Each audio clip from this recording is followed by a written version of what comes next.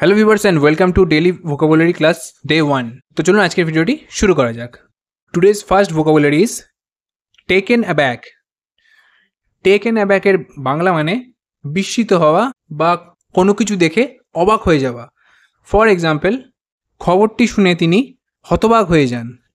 He was taken aback when he heard about this news. মানে তিনি যখন খবরটা শুনলেন তখন তিনি সেই খবরটা শুনে হতবাক হয়ে গেলেন। তো সেই ক্ষেত্রে এই যে টেকেন অ্যাব্যাক এই ওয়ার্ডটি ইউজ করা হয়। নেক্সট, অ্যাবান্ডন বা পরিত্যক্ত বা একটা কোনো জিনিস যেটা অনেক দিন ধরে ব্যবহার হয়নি, তো সেই ক্ষেত্রে অ্যাবান্ডন যে কথাটি সেটি ইউজ করা হয়। ফর এক্সাম্পল, বাড়িটি বহু বছর ধরে পরিত্যক্ত। The house is abandoned for many years. মানে বাড়িটা অনেক দিন ধরেই পড়ে আছে, কেউ সেটিকে ব্যবহার করে না।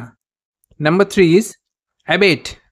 অ্যাবেট মানে কমানো বা প্রশমিত করা। ফর এক্সাম্পল, শহরের দূষণ কমানোর জন্য সরকার কিছু পদক্ষেপ নিয়েছে। Some action was taken by government to abate the pollution in the city. মানে সরকারের দ্বারা একটা পদক্ষেপ নেওয়া হয়েছে শহরের দূষণ কমানোর জন্য, তো সেক্ষেত্রে অ্যাবেট সেটি এখানে ব্যবহৃত হয়েছে। নেক্সট ইজ সারেন্ডার বা আত্মসমর্পণ বা নিজেকে অন্যের কাছে সঁপে দেওয়া। ফর এক্সাম্পল, এই দুই চোর পুলিশের কাছে আত্মসমর্পণ করবে। This two thief will surrender to the police.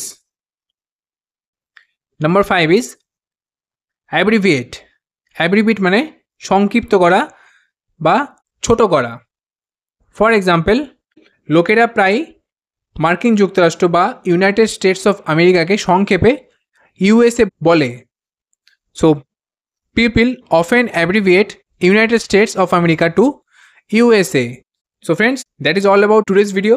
I hope that you have liked it. So if you like the video, then please like and subscribe to our channel.